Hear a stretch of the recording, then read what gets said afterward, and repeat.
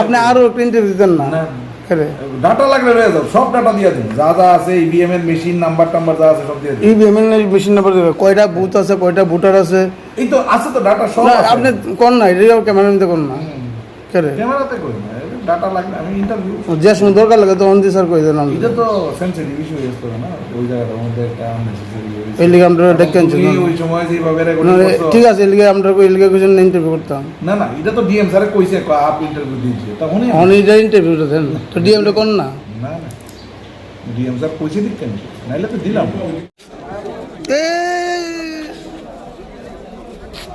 এদিকে এদিকে